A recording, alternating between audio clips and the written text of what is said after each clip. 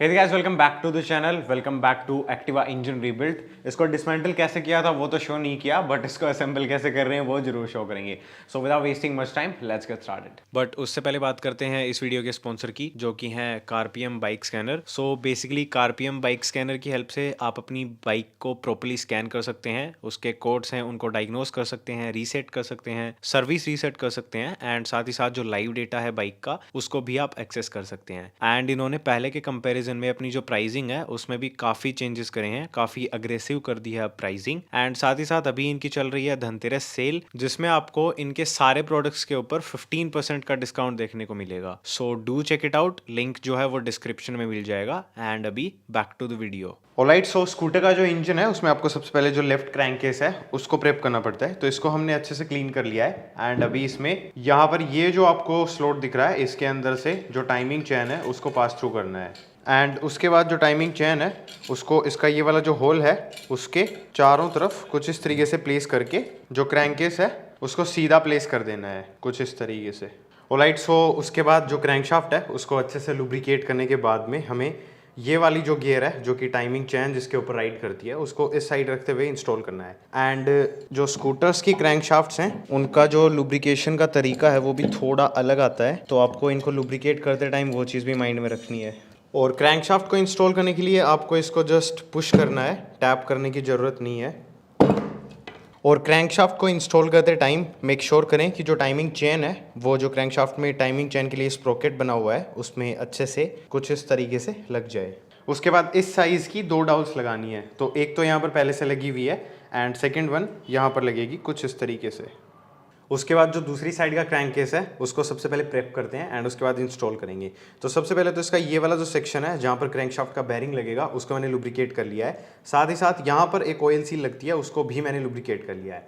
And oil seal में जो open section है, मीन्स जो ये 2 हिस्से हैं इनके बीच में जगह है, इस साइड ये क्लोज है, तो ये क्लोज वाला हिस्सा नीचे की तरफ रहेगा और ये जो बीच में सेक्शन बना हुआ है ये ऊपर की तरफ रखते हुए यहाँ पर जो ऑयल सील है उसको हल्के हाथ से पुश करके स्लॉट कर देना है, इतना कि जो ऑयल सील का फेस है वो ये जो सरफेस है इससे ऊपर ना हो और ज़्यादा नीचे भी पुश नहीं करना है हमें, ऑलमोस्ट इसके बराबर रहना चाहिए। उसके बाद ये जो सरफेस है, बिकॉज इसमें गैस्केट नहीं लगता है, मींस पेपर गैस्केट नहीं लगता है, तो इस पर हम 3 बॉन्ड अप्लाई कर रहे हैं। आप चाहें तो किसी भी टाइप का आरटीवी सिलिकॉन यूज़ कर सकते हैं, आपकी मर्जी। तो कुछ इस तरीके से इस पूरे सरफेस पे मुझे ये जो सिलिकॉन है इसको अप्लाई करना है, तो वो मैं कर लेता हूँ एंड उसके बाद इसकी जो इंस्टॉलेशन की प्रोसेस है वो कंटिन्यू करते हैं। ऑलराइट, सो अभी जो क्रैंकेस है उसमें जिस साइड से क्रैंकशाफ्ट लग रही है उस होल को इसके साथ अलाइन रखते हुए, डाउल्स को अलाइन करते हुए इसको ऑल द वे पुश कर देंगे। एंड बस स्कूटी में क्रैंकेस में यही सामान लगता है। उसके बाद अभी के लिए टोटल 7 बोल्ट्स लगाने हैं। एक बोल्ट सबसे बड़ी साइज़ का है, 2 बोल्ट्स बीच की साइज़ के हैं एंड 4 बोल्ट्स हैं वो सबसे छोटे हैं साइज़ में। तो इनमें से सबसे छोटे जो 4 बोल्ट्स हैं उनमें से 3 बोल्ट्स यहाँ पर लगेंगे, एक यहाँ पर, सेकेंड वन यहाँ पर एंड थर्ड वन यहाँ पर। एंड उसके बाद जो 2 बोल्ट्स बीच की साइज़ के हैं उनमें से एक बोल्ट यहाँ पर लगेगा।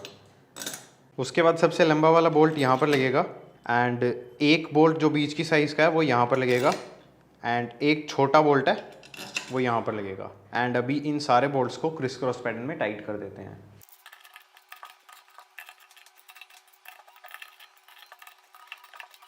उसके बाद इन दोनों स्लॉट्स में ये 2 डाउल्स लगेंगी, एक यहाँ पर एंड सेकंड वन है यहाँ पर। उसके बाद ये इसका ऑयल पंप है, तो इसको असेंबल कर लेते हैं। सबसे पहले जो इसकी ये वाली वॉल है इस पर थोड़ा सा इंजन ऑयल अप्लाई करेंगे। उसके बाद इसका ये एक प्रोपेलर है, इसको लगाएंगे। इसमें किसी भी टाइप का मार्क नहीं है इसलिए मैंने इसको ऐसे ही ड्रॉप कर दिया। उसके बाद बारी आती है ये वाला प्रोपेलर है, इसको लगाने की। तो वैसे जितना मैंने देखा है, आप ये बाई डायरेक्शनल हो गए हैं तो आप इनको कैसे भी लगा सकते हैं, बट स्टिल इसमें यहाँ पर एक डॉट बना हुआ है जो कि निकालते टाइम अंदर की तरफ था। एंड बिकॉज ये इंजन हमने पहली बार डिसमेंटल किया है तो इसलिए हम इस पर ट्रस्ट कर सकते हैं। सो ये ऐसे लग गया। उसके बाद थोड़ा सा ऑयल का लेयर है वो यहाँ पर रब कर देंगे, थोड़ा इंजन ऑयल यहाँ पर ड्रॉप कर देंगे। एंड उसके बाद इसकी जो ये कैप है इसको इन तीनों स्लॉट्स के साथ अलाइन करके यहाँ पर ये एक छोटा सा स्क्रू लगेगा और इसकी हेल्प से ये टाइट हो जाएगा। और इसको टाइट करते टाइम मेक श्योर करें कि ये दोनों जो स्लॉट्स हैं वो अलाइन रहें। ऑलराइट, सो अभी ये वाला जो सेक्शन है जहाँ पर हमने स्क्रू लगाया है उसको नीचे की तरफ ये खड्डा बना हुआ है इसकी तरफ रखते हुए इसको जो डाउल्स हैं उनके साथ अलाइन करते हुए कुछ ऐसे प्लेस करना है। एंड अभी जो ऑयल पंप है उसके बोल्ट्स को लगाने की बारी है, बट इसमें डिसमेंटलिंग के टाइम पे ये 2 बोल्ट्स निकले थे एंड इनकी वजह से जो थ्रेडिंग है, जितना उसमें थ्रेड बना हुआ है वो ये यहाँ तक बहुत ही कम कैच कर रहे हैं। तो मुझे थोड़ा सा रिस्क लग रहा है, इसलिए मैं इनसे थोड़ी सी बड़ी साइज़ के जो बोल्ट्स हैं वो यूज़ कर रहा हूँ। एंड जो साइज़ में यूज़ कर रहा हूँ उसकी वजह से अंदर क्रैंकेस में किसी भी टाइप की कोई भी क्लियरेंस प्रॉब्लम नहीं आ रही है, तो इसलिए मैं तो इनको लगा रहा हूँ, बाकी आप अपने हिसाब से देख लेना।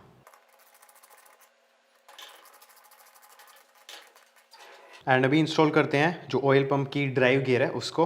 तो उसके लिए ये एक ऑयल पंप की शाफ्ट है, इसके बीच में पिन लगी हुई है, तो इस पिन वाले सेक्शन को जो गियर में कट बना हुआ है उसके ऊपर कुछ इस तरीके से प्लेस करना है। उसके बाद जो शाफ्ट है उसमें यहाँ पर आपको एक कट दिख रहा होगा, इस कट को ऑयल पंप में जो बीच वाला प्रोपेलर है उसमें एक कट बना हुआ है उसके साथ अलाइन करते हुए इसको ड्रॉप करना है।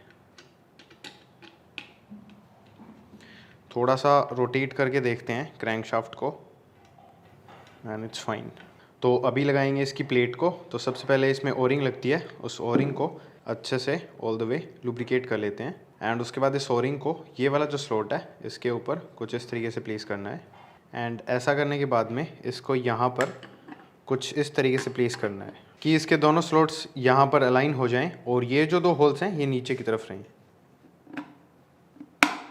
ऑलराइट, सो अभी 2 बहुत ही अलग अलग कॉम्बिनेशन के बोल्ट्स लगने वाले हैं, मतलब ये बोल्ट उतना है जितने इसके थ्रेड हैं ऑलमोस्ट। तो ये वाला यहाँ पर लगेगा, ये वाला यहाँ पर। ऑलराइट, सो अब बारी है जो मैग्नेट कॉइल है उसको लगाने की। तो इसमें ये वाला जो सेक्शन है ये यहाँ पर लगेगा और मैग्नेट कॉइल कुछ इस तरीके से लगेगी, इसकी जो वायरिंग है वो पीछे की तरफ रहेगी।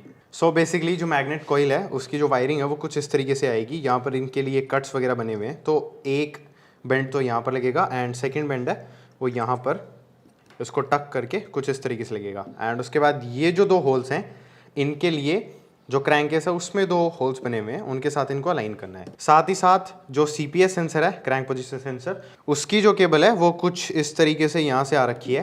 एंड उसके बाद जो CPS है वो यहाँ पर 2 होल्स हैं उनके अंदर कुछ इस तरीके से लग करके स्लॉट हो जाएगा।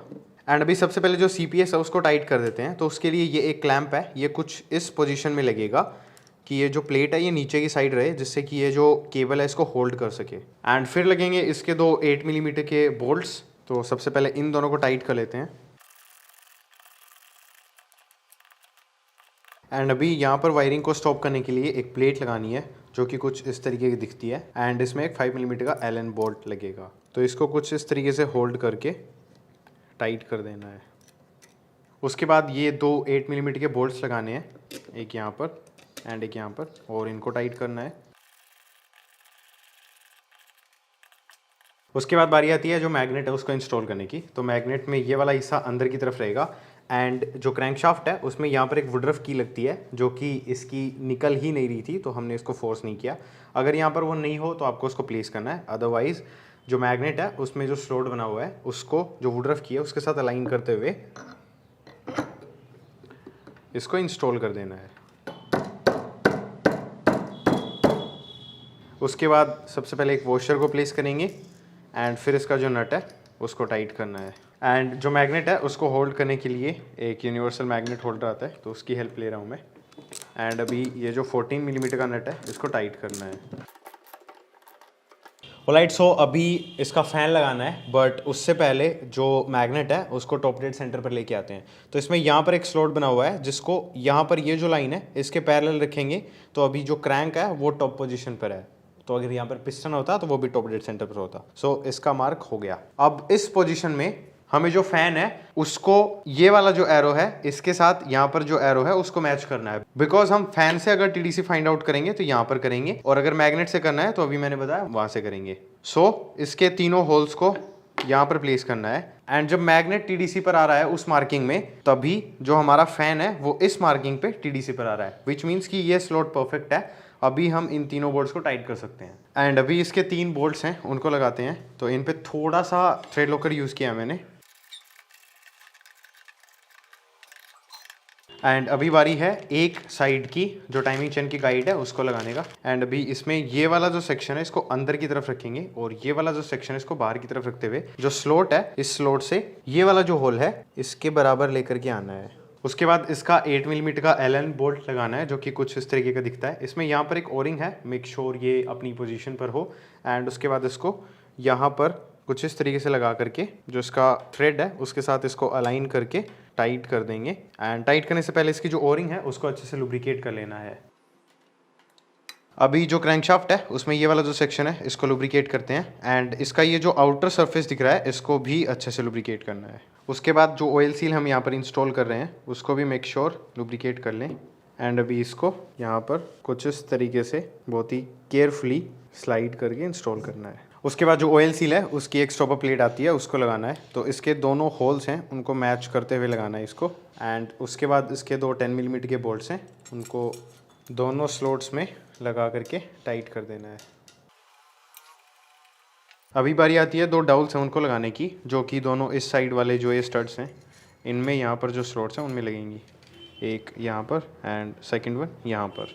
ऑलराइट, सो अभी एज ए नेक्स्ट स्टेप जो टाइमिंग चेन है उसको इसका जो स्लॉट है एक बार उसमें ड्रॉप कर देंगे। और ऐसा आपको तभी करना है जब आपके पास मैग्नेट पेन हो, अदरवाइज आपको इसको एक वायर से बांधना है। और अभी बारी है जो सिलेंडर किट है उसको इंस्टॉल करने की। तो इसके पार्ट नंबर और प्राइसिंग आप देख सकते हैं। वैसे इसकी जो रिवाइज प्राइसिंग है वो यहाँ पर लिखी हुई है। जैसा कि अपने टीवीएस वाले वीडियो में भी मैंने बताया था, तो आजकल ज़्यादातर कंपनियां यही सब करने लग गई हैं। और सिलेंडर किट में अभी हमें सिर्फ पिस्टन है उसकी ज़रूरत है। तो पिस्टन के ऊपर जो पिस्टन रिंग्स है उनको मैंने प्लेस कर लिया है। एंड ये मैं काफ़ी बार दिखा चुका हूँ तो इसलिए अभी इसको मैंशन नहीं कर रहा हूँ। एंड उसके बाद पिस्टन में जिस साइड IN लिखा हुआ है उसको इनटेक की तरफ, मीन्स जिस साइड कार्बोरेटर लगता है उस तरफ रखते हुए कुछ इस तरीके से इन स्ट्रट्स के बीच में से यहाँ पर प्लेस करना है। एक साइड की जो पिस्टन पिन की सर्कल पे वो मैंने लगा दी है। एंड अभी जो पिस्टन पिन है उसको इस साइड से इंस्टॉल करना है, बट उससे पहले इसको लुब्रिकेट कर लेंगे अच्छे से। और जो पिस्टन और कनेक्टिंग रॉड है उसको मैंने ऑलरेडी लुब्रिकेट कर लिया है। और अभी ये जो ओपन सेक्शन है इसमें एक क्लॉथ है उसको प्लेस करेंगे जिससे कि इस साइड की सर्कलिप जब हम लगाएं तो वो अंदर ना गिर जाए। एंड अभी ये वाली जो क्लिप है इसको यहाँ पर एक स्लॉट बना हुआ रहता है उसके अंदर फिट करना है। और ये जो प्रोसेस है ये भी बहुत सारी वीडियोस में रिपीट हो चुकी है, तो इसलिए इसको मैं प्लेस कर लेता हूँ। एंड उसके बाद जो नेक्स्ट स्टेप है उसकी तरफ मूव ऑन करेंगे। ऑलराइट, सो अभी ये जो गैस्केट है इसको कुछ इस पोजिशन में रख करके हमें यहाँ पर प्लेस करना है जिससे कि ये वाला जो होल है ये इस साइड यहाँ पर एक होल है उसके साथ मैच हो जाए।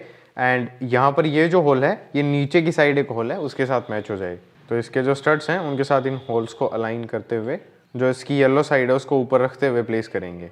एंड देन इसको ऑल द वे यहाँ पर कुछ इस तरीके से प्लेस करना है। उसके बाद बारी आती है जो सिलेंडर है उसको इंस्टॉल करने की। बट उससे पहले जो पिस्टन रिंग्स हैं उनकी जो पोजीशन है वो आपको एडजस्ट करनी पड़ेगी। तो टॉप 1 रिंग का गैप यहाँ पर है, टॉप 2 का यहाँ पर है, R1 का यहाँ पर है एंड R2 का यहाँ पर है, और ऑयल एक्सपेंडर रिंग का गैप यहाँ पर है। और ये इतना ब्रीफली इसलिए बता रहा हूँ बिकॉज पीछे वाली जो वीडियोस है ना उनमें ये सारी चीज़ें बहुत ही ज़्यादा डिटेल में कवर करी जा चुकी हैं। तो इसलिए अभी सीधा जो सिलेंडर है उसको इंस्टॉल करते हैं। और इसमें ये वाला जो स्लॉट है इसको इस साइड रखना है। उसके बाद जो पिस्टन है उसको काफ़ी केयरफुली जो सिलेंडर है उसके अंदर इंस्टॉल करना है। एंड उससे पहले जो सिलेंडर की अंदर की जो ये वॉल है इसको अच्छे से इंजन ऑयल की हेल्प से लुब्रिकेट करके रखना है। एंड जब piston all the way cylinder में इंसर्ट हो जाए तब जो सिलेंडर है उसको पूरा क्रैंकेस के ऊपर प्लेस करना है, जो डाउल्स हैं उनको अलाइन करते हुए, जस्ट लाइक दैट। एंड अभी जो सिलेंडर है उसको होल्ड करके जो मैग्नेट है उसको रोटेट करके पिस्टन उसको टॉप पर लेकर के आना है। एंड जो भी एक्सेसिव ऑयल यहाँ पर निकल रहा है उसको वाइप ऑफ कर लेना है। उसके बाद इन दोनों स्टड्स में 2 लोकेटिंग डाउल्स लगानी है। उसके बाद लगाएंगे ये दूसरी वाली गाइड। तो इसके पार्ट नंबर एंड प्राइसिंग आप देख सकते हैं। इसमें ये वाला जो सेक्शन है इसको यहाँ पर ये जो स्लॉट बना हुआ है इसमें फिट करना है। तो ये वाला सेक्शन अंदर की तरफ जाएगा। बट उससे पहले जो टाइमिंग चेन है उसको ऑल द वे बाहर निकाल लेते हैं। एक बार इसको थोड़ा सा रोटेट करके देखेंगे कि ये अपने ग्रूव्स में प्रॉपर्ली लगी हुई है क्या। एंड उसके बाद ये जो गाइड है इसको नीचे की साइड रखते हुए कुछ इस तरीके से प्लेस करना है। एंड मेक श्योर करना है कि ये यहाँ पर और नीचे लॉक हो जाए। एंड उसके बाद एक बार फिर से जो टाइमिंग चेन है उसको सिलेंडर को होल्ड रखते हुए रोटेट करके देखेंगे।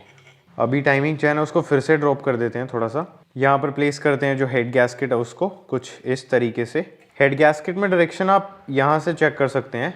ये जो 2 सेक्शन उभरे हुए हैं ये यहाँ पर लगेंगे, जो गाइड हमने लगाई है वहाँ पर। और अभी बारी है जो सिलेंडर हेड है उसको लगाने की। लेकिन उससे पहले जो सिलेंडर हेड है उसको प्रेप करना पड़ेगा। तो सबसे पहले जो वाल्व हैं उनको इंस्टॉल करेंगे एंड देन उसके बाद जो रोकर्स हैं एंड जो कैमशाफ्ट है उसको। तो सबसे पहले यहाँ पर एक रिटेनर प्लेट लगती है, उसको कुछ इस तरीके से प्लेस करेंगे। उसके बाद जो वाल्व की गाइड है उसमें बाहर की तरफ एंड अंदर की तरफ ऑयल है उसको डिप करेंगे एंड फिर वाल्व की जो ऑयल सील है उसको इसके ऊपर रख करके पुश कर देंगे। उसके बाद जो हेड है उसको फ्लिप करके, अब बिकॉज हम इनटेक की साइड काम कर रहे हैं तो हम इनटेक वाला जो वाल्व है वो यूज़ करेंगे। बेसिकली एग्जॉस्ट वाल्व इनटेक के कंपैरिजन में छोटा होता है। एंड यहाँ पर एक चीज़ और है, जो इनकी जो सरफेसिंग की प्रोसेस है उसको वाल्व लैपिंग बोलते हैं। तो आप मेक श्योर करें कि वो आपने करवा ली हो, अगर खुद से करते हैं तो खुद ने कर ली हो। उसके बाद इसका जो स्टेम है उसके ऊपर ऑयल लगाएंगे एंड फिर इसको कुछ इस तरीके से इंस्टॉल कर देंगे। उसके बाद प्लेस करेंगे इसकी जो वाल्व स्प्रिंग है उसको, और वाल्व स्प्रिंग में जिस साइड पेंटेड एरिया है उसको ऊपर की तरफ रखते हुए इसको यहाँ पर प्लेस करेंगे। फिर लगानी है इसकी ऊपर की साइड वाली रिटेनर कैप एंड उसमें 2 कॉलेट्स हैं, वाल्व कॉलेट्स बोलते हैं इनको प्लेस करना है। इनको एक दूसरे के अपोजिट प्लेस करना है। उसके बाद जो वाल्व है, अगर आपके पास कंप्रेशन टूल है देन आप उसको यूज़ करें, अदरवाइज आप एक वाल्व की डायमीटर का सॉकेट है उसको यहाँ पर प्लेस करके जो हेड है उसको फ्लैट सरफेस पे रख के कॉलेट्स हैं उनको बाहर की तरफ से होल्ड करते हुए जो कैप है उसको प्रेस करेंगे। तो ये जो वाल्व है उसमें यहाँ पर जो कट आता है उसके अंदर जो कॉलेट्स हैं वो जाकर के लॉक हो जाएंगी एंड कुछ इस तरीके से जो वाल्व है उसको इंस्टॉल किया जाता है। एंड अभी जो प्रोसेस मैंने इनटेक के लिए बताई एग्जैक्ट सेम प्रोसेस है वो एग्जॉस्ट के लिए होने वाली है, तो वो मैं कर लेता हूँ एंड देन उसके बाद आगे की स्टेप की तरफ मूव ऑन करते हैं। उसके बाद बारी आती है जो कैमशाफ्ट है उसको इंस्टॉल करने की। तो इसमें जिस साइड छोटा बेरिंग लगा हुआ है वो अंदर की तरफ रहेगा एंड इसको कुछ इस तरीके से लगा करके अंदर की साइड पुश करना है। उसके बाद बारी आती है जो रोकर्स हैं उनको लगाने की। तो इसमें आप देख सकते हैं इनमें मार्किंग्स बनी हुई है, एक रोकर है उस पर आई लिखा हुआ है एंड जो दूसरा रोकर है उस पर ई लिखा हुआ है। तो ई लिखा हुआ जो रोकर है वो एग्जॉस्ट की साइड लगेगा, एग्जॉस्ट वाल्व की तरफ, एंड आई लिखा हुआ जो रोकर है वो इनटेक वाल्व की तरफ लगेगा। तो अभी एग्जॉस्ट की साइड का जो रोकर है उसको यहाँ पर कुछ इस तरीके से प्लेस करना है।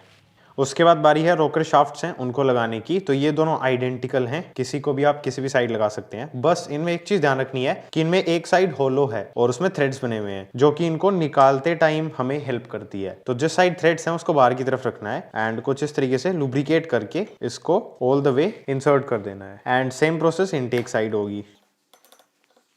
अब बारी आती है सिलेंडर हेड है उसको प्लेस करने की। तो इसमें जिस साइड कैमशाफ्ट का ये वाला सेक्शन है और कट बना हुआ है उसको यहाँ पर रखना है एंड उसके बाद इसके जो चारों होल्स हैं उनको स्टड्स के साथ लाइन करते हुए जो हेड है उसको ऑल द वे कुछ इस तरीके से इंस्टॉल कर देंगे। उसके बाद लगाएंगे इसके चारों वॉशर्स को। चारों जो वॉशर्स हैं वो सेम है एंड फिर बारी आती है इसके जो नट्स हैं उनको लगाने की। तो चारों नट्स हैं वो भी सेम है एंड अभी इन चारों नट्स को क्रिस क्रॉस पैटर्न में टाइट करना है। एंड आई विश कि इनके टॉर्क स्पेक्स अपने पास होते बट नहीं है, सो इनको एक्सपीरियंस एंड फील के बेसिस पर ही टॉर्क करना पड़ेगा। बट एक चीज आप मेक श्योर करें कि जितने भी फोर्स पर आप इनको टॉर्क कर रहे हो जो कि आपको एडुकेट लगे, जस्ट मेक श्योर कि आप चारों जो स्टड्स के जो नट्स हैं उनके ऊपर वो force almost equally, because equally तो आप टॉर्क रेंज से ही मेजर कर सकते हैं बट ऑलमोस्ट इक्वली अप्लाई करके टाइट करें।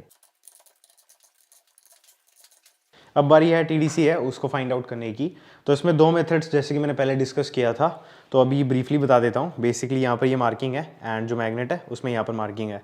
तो इन दोनों को कुछ इस तरीके से अलाइन करके होल्ड करके रखना है। जस्ट इन केस आप होल्ड नहीं करना चाहते हैं देन आप सबसे पहले स्पार्क प्लग लगा दें, वो थोड़ा कंप्रेशन को होल्ड रखेगा तो ये परफेक्टली टीडीसी पे रहेगा। एंड नीचे की साइड जो मार्किंग है वो मैं पहले बता चुका हूँ, तो जो भी आपको ठीक लगे आप वैसे कर लेना।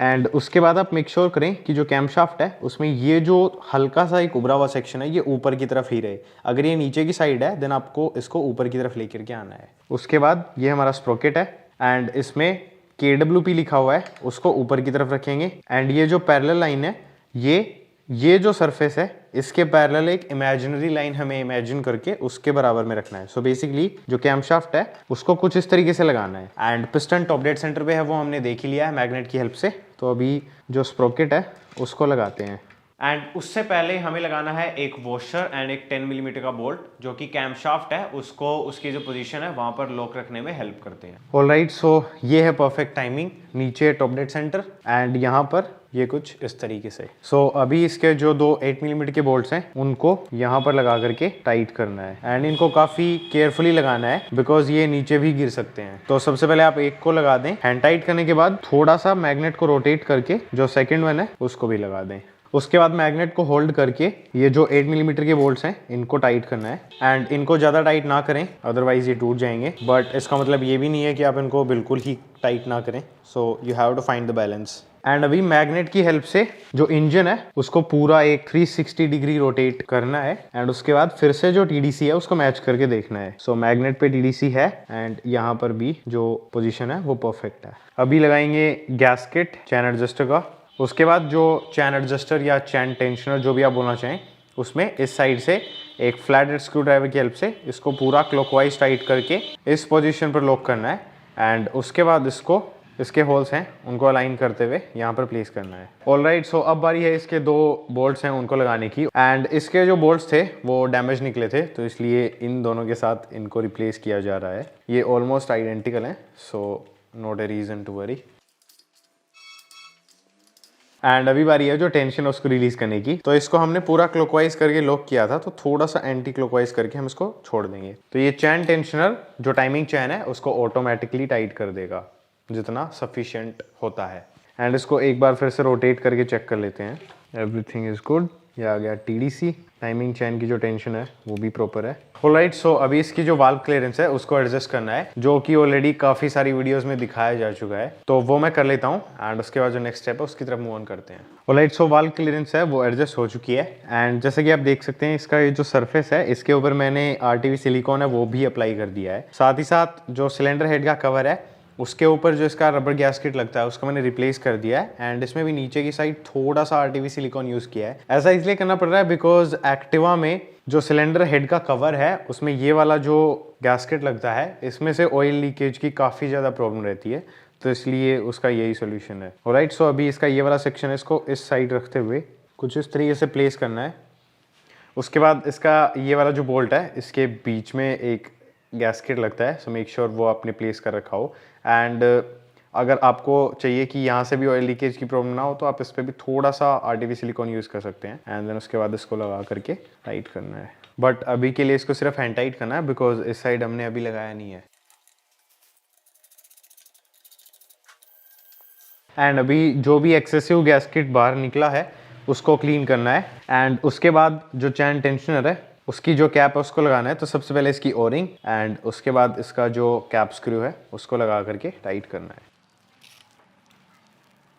एंड अभी इसके दोनों 10 मिलीमीटर के सपोर्ट बोल्ट्स हैं उनको लगा करके टाइट कर देते हैं। ऑलराइट, सो हमारा इंजन तो स्कूटर में बेसिकली इतना ही आता है। अभी जस्ट इसमें ड्रेन बोल्ट्स वगैरह, डिपस्टिक वगैरह, इंजन ऑयल वगैरह वो सब फिल करना है, स्पार्क प्लग लगाना है, एंड इसमें जो भी हाउसिंग वगैरह लगती है बेसिकली वो, एंड इसके क्लच के कंपोनेंट्स एंड इसका गियर बॉक्स। तो वो कभी किसी और वीडियो का टॉपिक है, उसको कभी और डिस्कस करेंगे।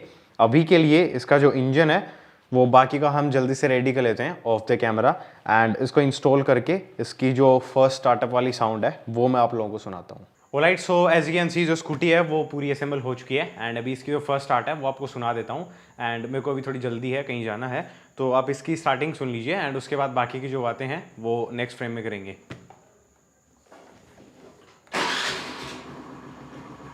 सो ये इसका कोल्ड स्टार्ट है, थोड़ा सा रेव कर देता हूँ इसको।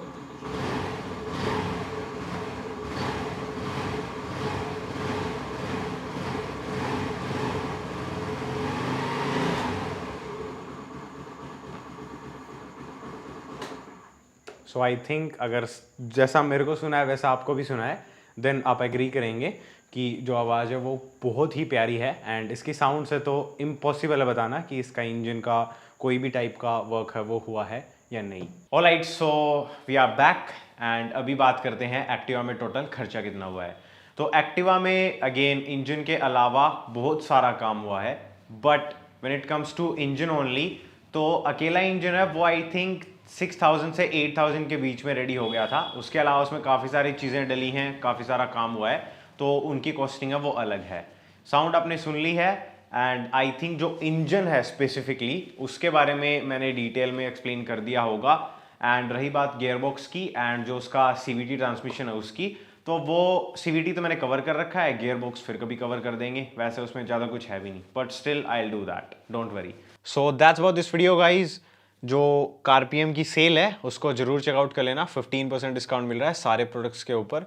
एंड इनका लाइनअप है वो भी काफ़ी ज़्यादा इम्प्रूव हो गया है, साथ ही साथ अपडेट्स भी और ज़्यादा फ्रीक्वेंटली आने लग गए हैं। सो बस यही था इस वीडियो के लिए, तो आई होप इससे आपको कुछ सीखने को मिला होगा। अगर ऐसा है then do give it a like, comment, share, subscribe and फिर मिलेंगे कभी किसी और वीडियो में। तब तक के लिए बाय बाय।